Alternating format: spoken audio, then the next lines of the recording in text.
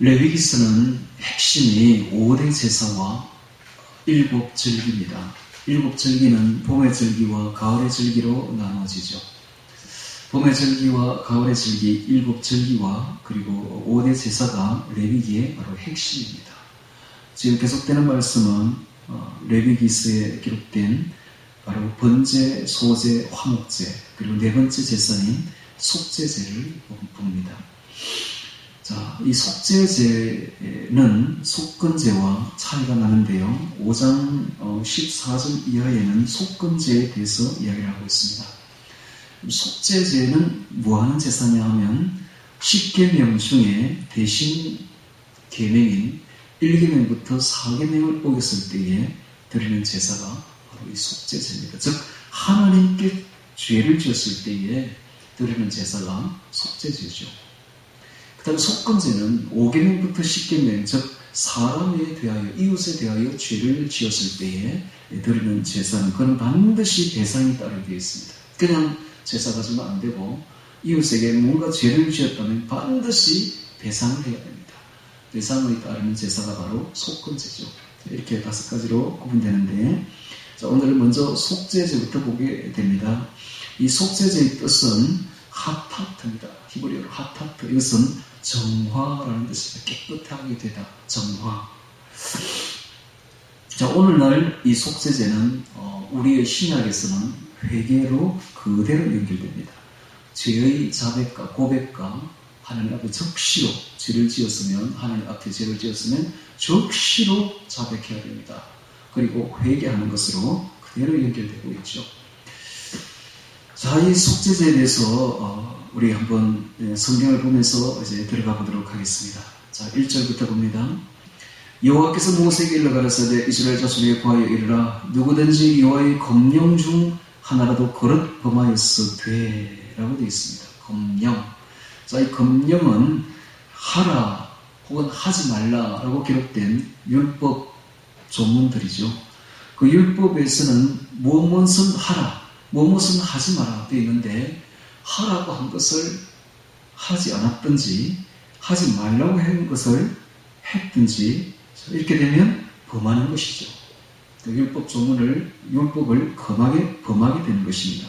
왜 그러면 인간이 율법을, 하나님이 하라는 것을 하지 않고 하지 말라는 것을 하게 되느냐, 범하게 되느냐 하면 2가지 이유 때문이죠. 첫 번째는 연약하기 때문입니다. 유혹에 연약해서 범죄하게 되는 것입니다. 또 2번째는 알지 못해서 범죄하는 것입니다. 알지 못하고 범죄했는데 성경을 읽다가 보니까 깨닫게 되는 것입니다. 혹은 성령께서 깨닫게 해주시는 것입니다. 양심을 통해서 성령께서는 우리의 양심을 아프게 해서 양심의 이렇게 역사합니다. 양심의 역사하는 것은 바로 성령이십니다. 그래서 우리가 예수님 믿기 전에는 성령이 오기 전에는 이 양심이 굳어 있어요. 양심이 죽어 있습니다. 그래서 양심이 굳어가지고 전혀 잘 죄를 깨닫지 못해요. 그런데 예수님을 믿고 성령을 받게 되면 양심이 아주 살아납니다. 아주 예리해집니다. 그래서 조그마한 죄를 지어도 견디지를 못해요. 견디지를 못합니다. 이것이 바로 성령 받은 사람의 특징이죠. 양심의 역사입니다. 그래서 성경을 보지 않아도 성령께서 다 가르쳐줘요. 무엇이 죄다는 것을. 우리 양심이 다 압니다. 이렇게 깨달았을 때는 이제 속죄제를 드려야 되는 것이죠. 검령 중 하나라도 그릇 범하였으되, 자, 3절부터 12절까지는 제사장에 대해서, 제사장이 죄를 지었을 때를 어떻게 이 속죄제를 드리는가를 그려놓고 있으며, 13절 이하에는 온 회중, 즉 교회 공동체입니다. 교회 공동체 온 회중이 죄를 범하였을 때, 하나님께 대해서 죄를 범하였을 때는 어떻게 제사 지내는가를 그려놓고 있는데, 놀랍게도 제사장이 드리는 제사는 수송아지입니다. 그런데 온 회중이 드리는 제사도 수송아지 똑같아요. 이건 무엇을 뜻하는가?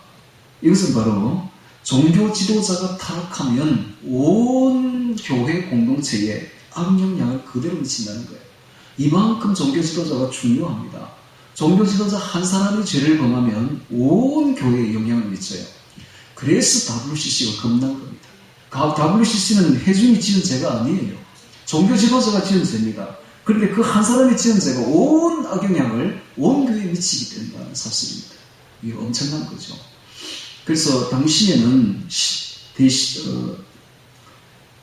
그 이스라엘은 바로 그 신이 다스리는 사회였기 때문에, 종교 사회였기 때문에 누가 제일 그 권위가 있고 높으냐 하면 바로 제사장입니다. 종교 지도자가 제일 높아요. 정치 지도자보다 훨씬 권위가 높고 훨씬 위치가 높습니다. 사실은 지금도 그래요. 지금도 우리나라의 대통령보다는 훨씬 지위가 높고 영적으로 훨씬 영향력이 있는 사람이 누구냐? 바로 목사들입니다. 목사가 사실은 제일 정치 지도자보다 높습니다. 위치가 높고 영향력이 있어요. 왜 그런가 하면 나중에 우리가 천국 갔다가 혼인잔치를 하고 이 땅에 천년왕국에 내려올 때는 세상의 어떤 정치 지도자보다 높습니다. 위치가 높아서 이 세상을 다스립니다. 지도자들을 다스려요. 그건 예수님의 신부의 위치거든요. 굉장히 위치 자체가 높다는 겁니다. 위치 자체가. 그래서 제사장이 얼마나 높은가를 보면은 이스라엘에서는 제일 높은 위치입니다. 지금도 그대로 똑같습니다. 그대로 맞습니다. 그래서 이 제사장이 그런 범죄했을 때는 허물은 수송아지를 드립니다. 근데 온 회중이, 온 교회 공동체가 죄를 범해도 수송아지를 드려요. 그 다음에 정치 지도자가 죄를 범하면은, 자, 그 뒤에 한번 봅시다. 정치 지도자가 22절에 봅시다. 정치 지도자가 족장이 죄를 범하면은 순념소를 가져옵니다. 왜 순념소일까요? 정치 지도자들은 염소를 보면 수컷에 해당되기 때문입니다. 다스리기 때문에 수컷에 해당이 되죠. 보통 보면 순념소들이 이 염소떼를 탁 이끌고 가죠. 그래서 순념소를 드립니다. 그 다음에 27절 이하에 보면 평민 중에 하나가 죄를 범하면 암염소를 끌고 옵니다. 이건 평민이니까 따라가니까 순념소를, 암염소를 끌고 옵니다. 그리고 32절에 보면 혹은 어린 양을 끌고 옵니다. 암염소나 어린 양을 끌고 와서 제사를 지냅니다. 그런데 5장에 보면 7절에 보면 5장 7절에 보면 산비둘기 둘이나 집비둘기 새끼 둘을 가지고 지냅니다. 이건 가난한 자들이에요. 그러니까 염소나 양을 바칠 수 없는 아주 가난한 자들은 비둘기라도 바치라 이거죠. 그 다음에 11절에 보면은 그 집비둘기도 바칠 수 없는 진짜 극빈자들이 있으면 그런 사람들은 고운 가루 에바 10분의 1입니다. 즉 밀가루를 한 대 정도 가지고 와서 그걸 가지고 예물을 속죄제물을 드리라.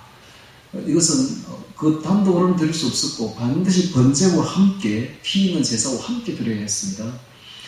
자, 이렇게 하는 것은 절대로 누구든지 죄가 있다는 거예요. 죄 없는 사람은 없습니다. 모든 사람이 죄를 범하였음에, 로마서 3장 23절처럼 모든 사람이 하나님 볼 때 다 죄인이기 때문에, 그래서 인생은 죄에서 벗어날 수가 없습니다. 제사장이든 족장이든 평민이든 가난한 자든 극빈자든 모두가 다 죄를 범했기 때문에 반드시 속죄제는 지내야 됩니다. 그래서 이것은 죄물의 문제가 아니라 양심의 문제입니다. 이것은 반드시 드려야 되는 제사가 바로 속죄제였던 것입니다. 자, 오늘 우리는 이 제사를 어떻게 받아들여야 됩니까? 바로 우리의 회개로 받아들여야 됩니다. 신약의 의미는 즉시 죄를 지으면 하나님께 고백하고 회개해야 되는 것입니다.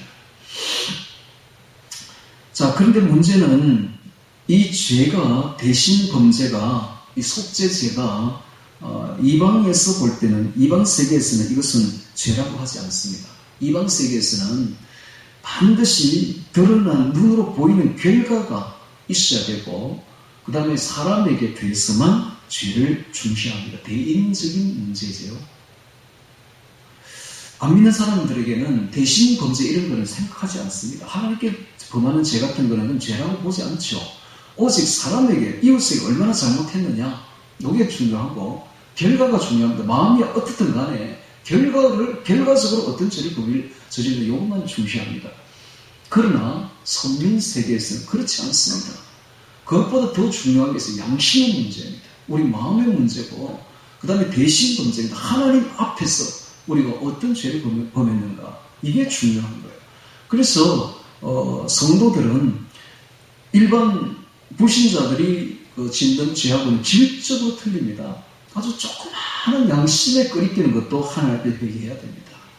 그래서 악은 모든 모양도 버리라 하는 말씀이 바로 이 말씀입니다. 그래서 우리 성도들은 일반 안 믿는 사람하고는 완전히 틀립니다. 마음이 깨끗해야 됩니다. 마음이 깨끗해야 됩니다.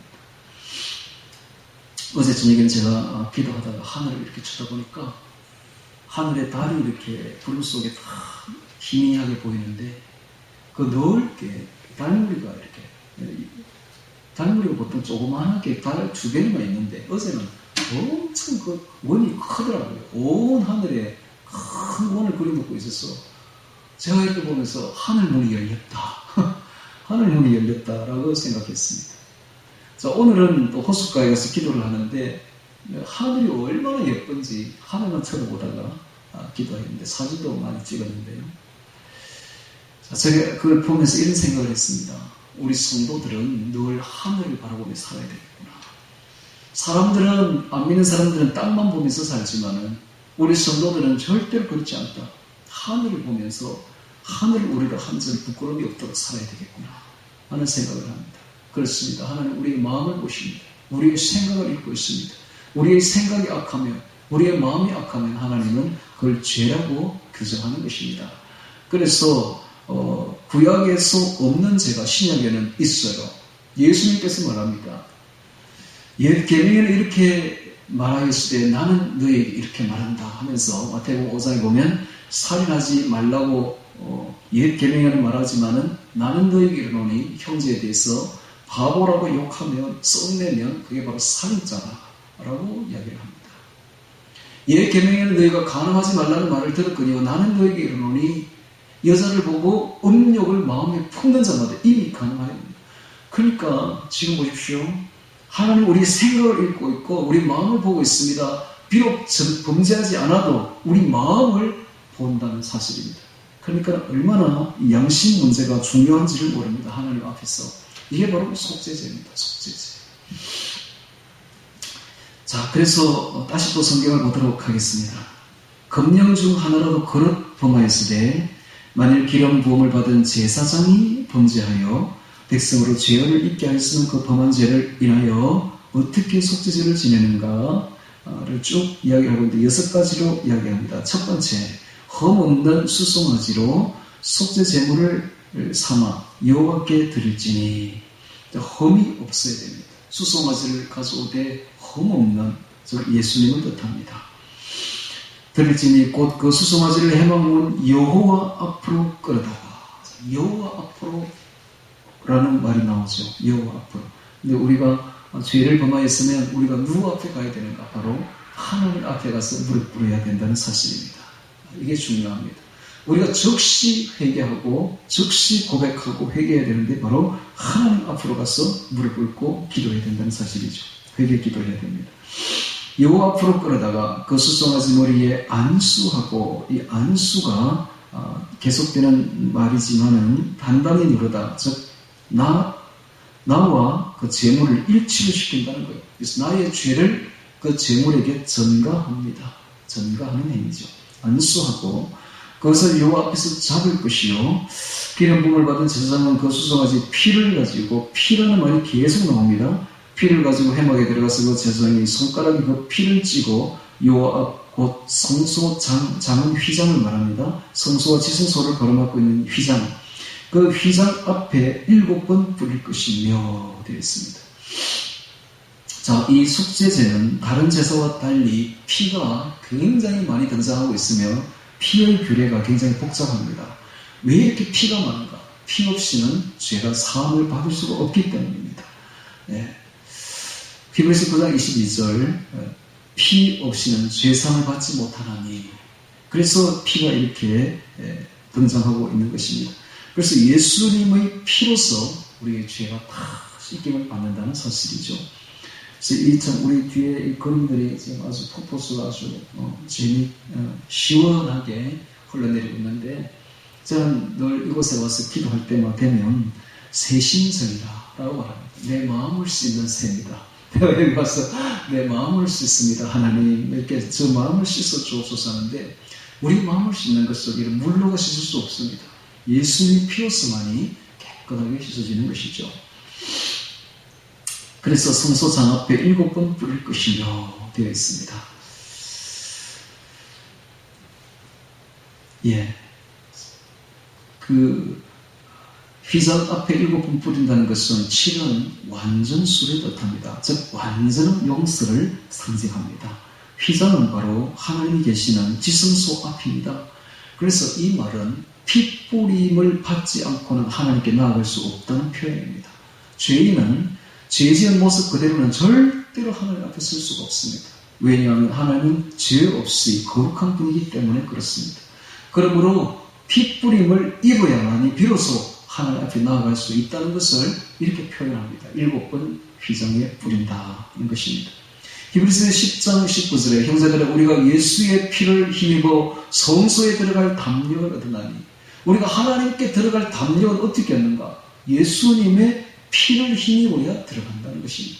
우리가 저 천국에 하나님 앞에 어떻게 들어갈 수 있는가? 예수님의 피를 힘입어야만이 들어갈 수 있다는 사실을 가르쳐주고 있습니다. 하나님 앞에 서는 것은 죄인이 하나님 앞에 서는 것은 진짜 두려운 일입니다. 그러나 예수님의 피로 하나님 앞에 감히 설 수 있는 담력을 얻게 되는 것입니다. 하나님 앞에 설 수 없는 부족하고 더럽혀진 죄인이지만은 예수님의 보혈을 입고서 비로소 우리가 하나님 앞에 설 수 있음을 이렇게 표현하고 있습니다.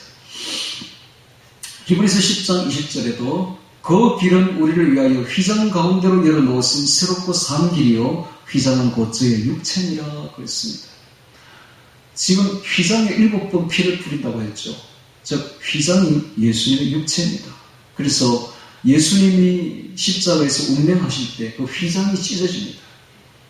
그래서 그것은 바로 예수님의 죽음을 상징합니다. 예수님이 피 흘리고 죽음으로 인해서 우리가 하나님 앞으로 드디어 인도되는 산 길이 열린 것입니다. 드디어 우리가 지성소 안으로 들어갈 수 있게 된 것입니다. 그래서 이제는 예수님을 믿는 우리는 그 피로 인하여서 직접 하나님 앞에 나가서 기도할 수 있고 대화할 수가 있게 된 길이 열리게 된 것입니다. 자, 이번에는 또 7절에 보겠습니다.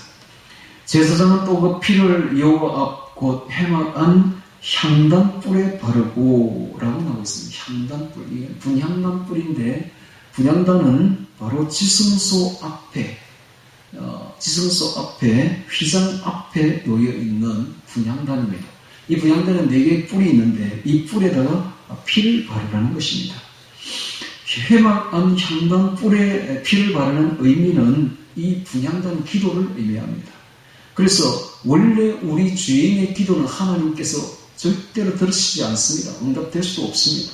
그런데 여기에 피를 발랐다는 것은 예수님의 보혈을 힘입을 때 비로소 우리 기도가 하나님 앞에 연락됨을 상징하고 있습니다. 그래서 우리는 오직 우리의 기도가 어떻게 연락되는가? 예수님의 이름으로만이 연락되는 것입니다. 예수님의 피를 힘입을 때만이 우리의 기도가 하나님께 들어가는 것입니다. 그것이 바로 향단 앞불에 바른다는 의미가 됩니다.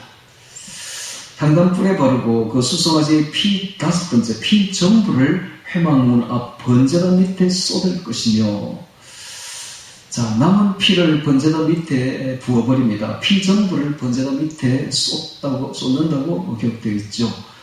번제단 아래에 피를 붓는 것입니다. 이것은 십자가를 상징하는데 번제단은 십자가 아래에 흘려진 예수님의 보혈을 그대로 상징합니다. 그 보혈로 말미암아 우리 인생이 죄에서 씻김받고 다시 새 인생을 살 수 있는 기초가 마련된 것입니다. 그래서 예수님의 피로 우리의 발을 적시고 그 존재를 적시고 그 피로 새로운 인생을 살게 된 것을 우리는 늘 찬양해야 됩니다. 피 없이는 죄상을 받지 못하는 것입니다.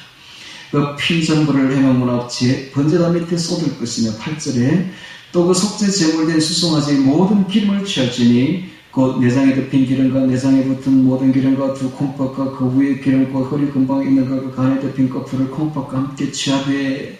자, 이것은 아침에도 제가 이야기했습니다만은 생명의 장기들이요 가장 몸의 중심 깊은 곳에 있는 영혼 깊은 곳, 가장 소중한 것을 말합니다. 이것을 취하여서 10절에 화목제 희생의 소액에서 취함같이 할 것이요 제사한 것을 번제단 위에 불사를 것이며, 그래서 가장 소중한 것을 하나님께 바쳐드린다는 의미입니다. 11절에 그 수송아지 가죽은 별로 좋은 것이 아닙니다. 그 속에 있는 내장에 비해서 그렇게 소중한 것이 아니죠. 가죽과 그 모든 고기와 그 머리와 다리와 내장과 똥은 더러운 것이죠.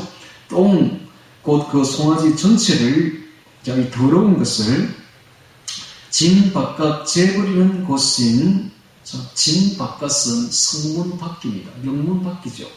성문 밖은 어떤 곳인가? 그것은 더러운 곳입니다. 그것은 더러운 것을 내버리는, 즉 쓰레기를 내버리는 곳입니다. 그곳으로 가져가라는 것입니다. 그것은 굉장히 더러운 곳인데 또 더러운 것을 그곳으로 가져가라는 거예요. 그런데 그곳에 가서 정결한 곳으로 가져다가 불로 나무 위에 살을 대고 재버리는 곳에서 살을 지니라 되어 있습니다. 그곳은 더러운 곳인데 왜 정결한 곳이라고 말했을까요? 이 더러운 것을 가져가서 그곳에서 불을 지르면, 불로 사르면 더러운 곳에 더러운 것들이 다 정결하게 되어버린다는 의미입니다.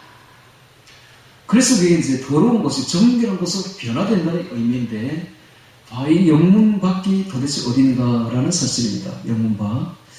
자, 이 영문 밖은 바로 예수님이 십자가를 지고 가는 곳입니다. 성문 밖이죠. 예수님은 십자가를 지고서 성문 바깥으로, 성문 밖에서 지고 가서 그곳에서 십자가를 지심으로써 더러운 우리 인생을 깨끗하게 정결하게 만들어버린 것입니다. 새 인생의 기초를 마련해버린 것입니다. 그것을 그대로 상징하고 있습니다. 참으로 우리 더러운 것을 가지고 진 밖에서 불살라 버린 것처럼 예수님의 보혈로서 우리 인생의 과거를 불태우고 성령으로 불태우고 새로운 인생을 시작하게 만든 놀라운 은혜와 기적의 시작이 영문 밖에서부터 시작된다는 것입니다. 바로 그곳에서 예수님의 십자가가 세워지게 된 것이죠. 그래서 우리도 그분을 따라서 영문 밖에서 새로운 인생을 살아야 되는 것입니다. 그 말이 히브리서 13장 11절에 되어 있습니다. 죄를 위한 짐승의 피는 대제사장이 가지고 성소에 들어가고 그 육체는 영문 밖에서 불사름이니라. 그러므로 예수도 자기 피로서 백성을 거룩히 하려고 성문 밖에서 고난을 받으셨느니라. 그런즉 우리는 그 능력을 지고 영문 밖으로 그에게 나아가자. 성문 밖으로 영문 밖으로 하는 말이 계속 나오죠. 이것이 바로 그 의미입니다. 예수님께서 성 밖으로 가지고 가서 죽은 것처럼, 여기 지금 수송아지의 똥, 그리고 가죽, 다리, 이런 것을, 더러운 것을 가지고 진 바깥 재버리는 것은 정결한 곳, 바로 십자가가 세워진 곳이죠. 정결한 곳으로 가져다가 불로 나무 위에 살을 대고 재버리는 곳에서 살을 지니라. 예수님의 십자가 아래로 나아가면 새 인생이 시작됩니다. 그곳에서 성령에 불러서 우리를 태워버리고 우리의 더러운 모든 것을 정결하게 태워버리고 성령으로서 새롭게 시작하는 새 인생이 시작되는 것입니다. 바로 십자가로부터 성령의 불로부터 새 인생이 시작되는 것이죠. 자, 13절 이하에는 온 회중에 대한 이야기가 나오고 있는데 똑같습니다. 똑같이 수송아지를 가지고, 자, 아까도 이야기했듯이 종교 지도자가 타락하면 온 공동체에 영향을 미치기 때문에 종교 지도자 한 사람과 온 교회 회중을 막먹습니다. 그 제물이 똑같습니다. 수송아지로 드리는 것이죠. 자, 그 다음에 넘기면은 22절에 봅니다. 22절에는 족장이 나옵니다. 정치 지도자입니다. 족장은 순영소를 가지고 똑같이 지냅니다. 27절에 보면 평민이 나옵니다. 평민의 한 사람이 이런 속죄제를 드릴 때는 암염소를 가지고 드리게 됩니다. 또 32절에 보면 어린 양도 가능합니다. 어린 양을 가지고 지낼 수도 있습니다. 자, 5장에 보면은 1절에 봅니다. 누구든지 정인이 되어 맹세시키는 소리를 듣고도 그 본 일이나 아는 일을 진술치 아니하면, 이 양심의 문제죠. 양심의.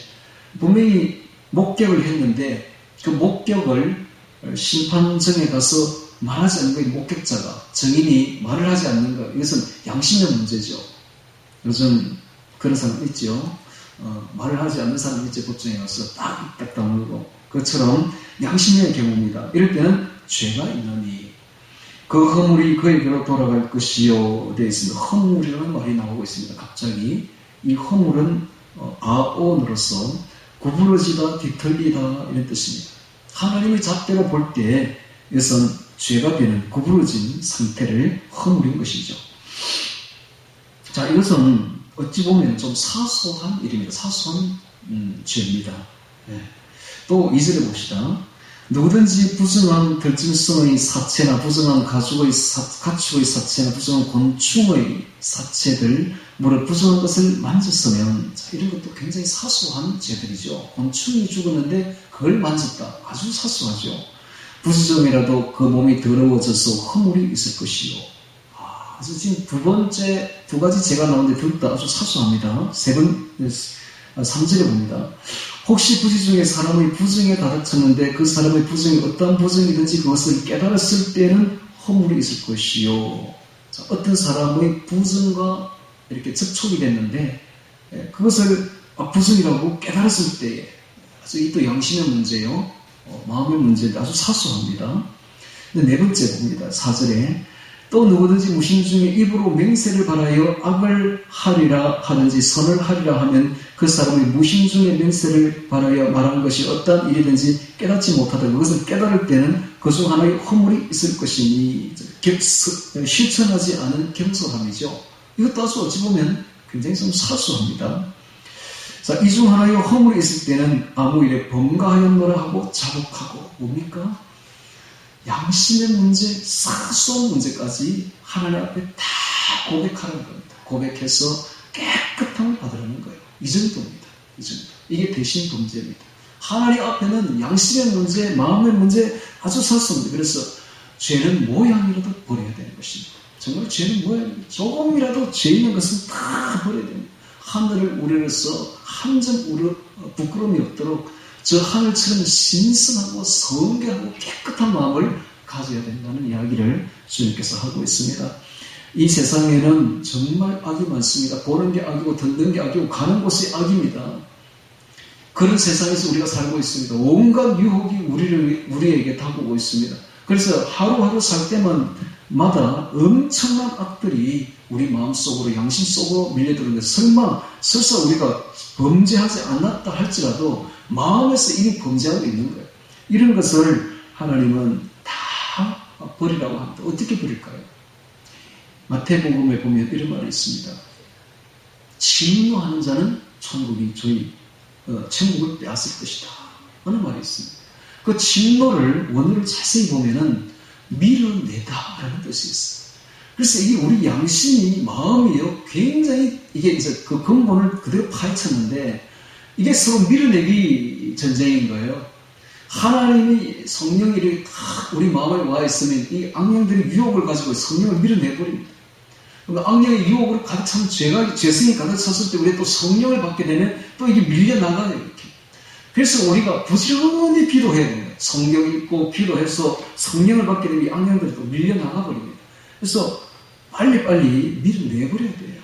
그래서 기도가 중요한 겁니다. 그래서 매일 기도하고 고백하고 하나님을 향해서 눈을 하늘에 고정시키고 걸어가고 부단히 해야 될 이유가 부단히 밀어내야 되니까. 언제나 올라오니까 언제나 마음이 전쟁터입니다. 밀어내기 전쟁터예요. 그래서 이런 하나님이 사소한 것까지 이야기하는 것을 보십시오. 이건 완전히 양심의 문제죠. 그래서 선민은 어떤 사람들인가? 바로 하나님 앞에서 양심과 진실이 문제가 된다는 사실입니다. 자, 7절에 보니까 가난한 자들은 산비둘기 둘이나 집비둘기 둘러도 얼마든지 속죄제를 삼을 수 있다. 하나님이 누구든지 이것은 제외가 안 되는 죄니까 누구든지 이것은 재물의 문제가 아니라 양심의 문제니까 11절에 보니까 이번에는 그것도 안 되면은 이번에는 밀가루 한 대 정도 고온가루 에고 10분의 1을 예물로 가져다가 속죄제물을 드려라. 근데 이 속죄제물은 반드시 피가 없기 때문에 번제와 함께 드려져야 했었습니다. 자, 이렇게 빈손 들고 그리스도 앞에는 나아가지 못합니다. 반드시 희생 제물이 되는 그리스도 없이는 하나님께 나아갈 수 없음을 가르쳐주고 있습니다. 이것은 성의의 문제요, 정성의 문제인 것입니다. 자, 여기까지 보고 우리가 다시 고린도전서 양심의 문제니까 10장을 한번 보도록 하겠습니다. 고린도전서 10장. 고린도전서 10장에는 어떤 양심의 문제를 적어놓고 있는지 보겠습니다. 5절부터 봅니다. 5절. 자, 이스라엘 백성들이 광야 생활할 때에 멸망받은 4가지 죄악을 적어놓고 있습니다. 이렇게 하면 멸망받는다는 것이죠. 즉 이렇게 하면 천국 못 들어간다는 이야기죠. 우리말로 하면, 쉽게 말하면. 자, 이들이 저지른 죄악들이 어떤 죄악들인가 보겠습니다. 10장 5절 고린도전서 첫 번째. 그러나 저희 다수를 하나님이 기뻐하지 아니하시는 거로 저희가 광야에서 멸망을 받았느니라. 광야에서 멸망받았다고 하죠. 오늘 우리가 이 세상에서 살아가는 것도 광야입니다. 광야 교회 생활입니다. 자, 첫 번째 6절에 그러니 우리의 거울이 되어 보십시오. 거울이라고 하죠. 우리로 하여금 저희가 악을 절개한 것 같이 절개하는 자가 되지 않게 하려 함이니 저희 중에 어떤 이들과 같이 첫 번째 너희는 우상 숭배한 자가 되지 말라. 기록된 바 백성이 앉아서 먹고 마시고 일어나서 뛰어난다 함과 같으니라. 첫 번째 죄악이 나오는데 우상 숭배입니다. 우상 숭배하면 안 되는 것입니다. 우상 숭배가 바로 아까 우리가 이야기했던 속죄제는 1계명부터 4계명을 어겼을 때를 속죄제라고 했죠. 그 1계명을 어긴 것입니다. 1계명, 2계명. 1계명은 어떻게 되어 있습니까? 너희는 나 외에는 다른 신들을 너에게 두지 말지니라. 우상은 다른 신입니다. 다른 신을 우리 마음에 두었을 때 우상 숭배가 되는 것이죠. 그래서 오직 우리 마음에는 다른 신이 있으면 안 됩니다. 즉 하나님보다 더 사랑하고 하나님보다 더 중요하게 여기고 하나님보다 더 많이 생각하는 무언가가 있으면 그게 바로 우상이에요. 그러면은 결국 구원 못 받는다는 이야기입니다. 멸망받는다는 이야기예요. 그래서 그걸 밀어내야 됩니다. 그 다음 두 번째 계명에도 보면은 우상을 그리든지 만들든지 해서 그 앞에 절하지 말라고 했죠. 1, 2계명 전부가 다 우상숭배에 관련된 계명인 것입니다. 자, 8절에 보니까 두 번째가 나오고 있습니다. 저희 중에 어떤 이들이 간음하다가 하루에 23,000명이 죽었나니 우리는 저희와 같이 간음하지 말자. 이것도 1, 2계명입니다. 간음은 영적 간음과 육적 간음으로 나눠지는데 영적 간음이 바로 우상숭배입니다. 우상숭배하게 되면 하나님은 간음한 걸로 봅니다. 이 영적으로 간음한 자들은 반드시 육적으로도 간음하게 되어 있습니다. 그 마음으로도 간음하게 되어 있고, 그래서 하나님을 떠나게 되면 제일 먼저 들어오는 죄악이 바로 이 간음죄입니다. 간음죄. 그래서 간음하지 말아야 됩니다. 간음을 하지 않으려면 방법은 딱 하나, 성경 읽고 기도하면 됩니다. 성경 읽고 성령 충만하면 밀려나가 버립니다. 이거 그 방법밖에 없어요. 반대로 성경을 읽지 않고 기도로 성령 기도하지 않으면 어떤 죄악이 들어오는가? 바로 간음 죄악이 들어옵니다. 유혹이 들어오는 것이죠.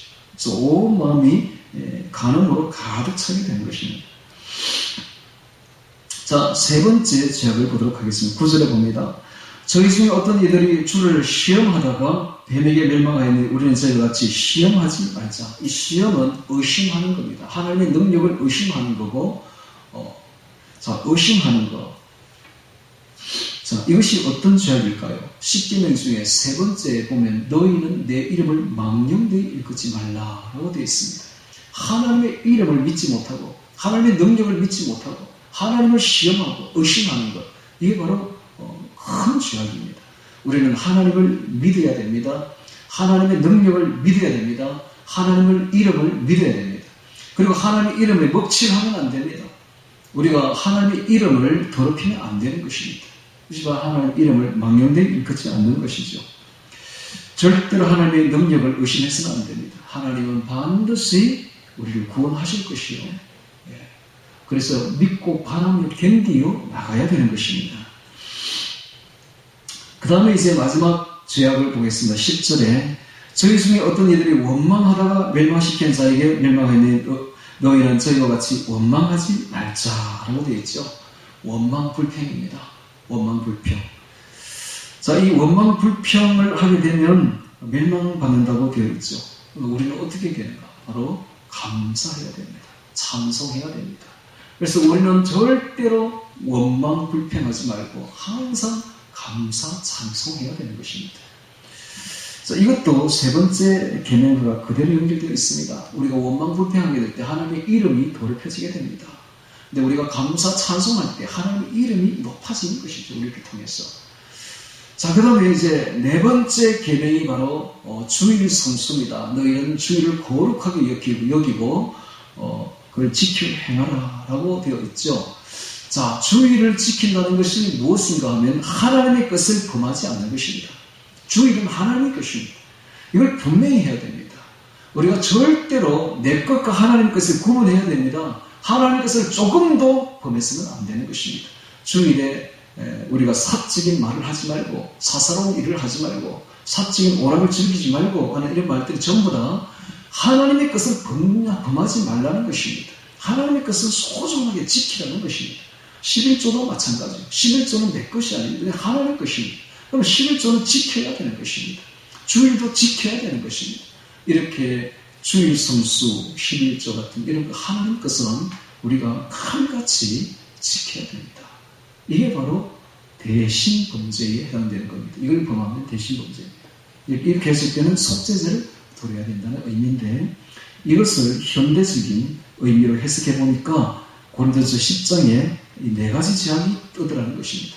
우상 숭배하지 말아라, 간음하지 말아라, 시험하지 말아라, 의심하지 말아라, 불평하지 말아라. 이걸로 1계명, 4계명이 딱 뜬다는 이야기입니다. 그래서 오늘 우리가 속죄죄를 보았는데요. 속죄죄를 오늘날로 해석해서 우리 양심의 문제입니다. 이것은 바로 마음의 문제고 하나님 보실 때는 결과적인 문제나 대인 범죄 같은 그것은 굉장히 큰 거예요. 그 전에 아주 사소한 마음에 일어나는 생각 문제 이런 것까지 하나님 앞에 적시 고백해야 됩니다. 적시 고백하고 회개해서 우리 마음이 마치 저 하늘처럼 신성하고 깨끗하게 성결하고 순결하게 유지해 나가야 되는 것입니다. 하나님께서는 오늘 또 우리가 저 예수님처럼 깨끗한 마음을 가지기를 원하십니다. 자, 오늘 우리 속죄죄를 통해서 우리 모두가 다 주의 마음을 따라서 성결하고 깨끗한 마음을 가지기를 주의 이름으로 축원합니다. 오늘 말씀 기억하며 다 같이 기도드리겠습니다.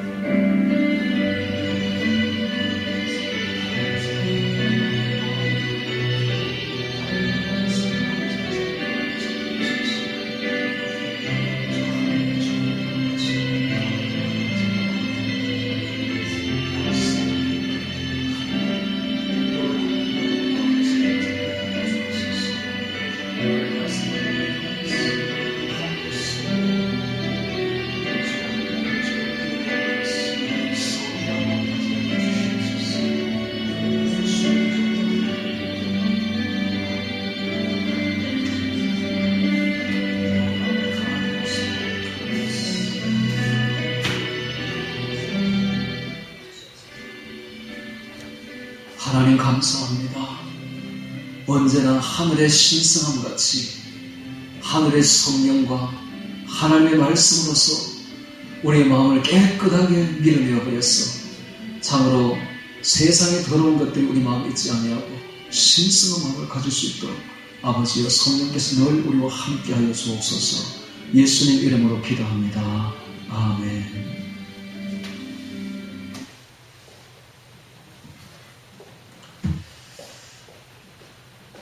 493장 찬양드리겠습니다. 493장.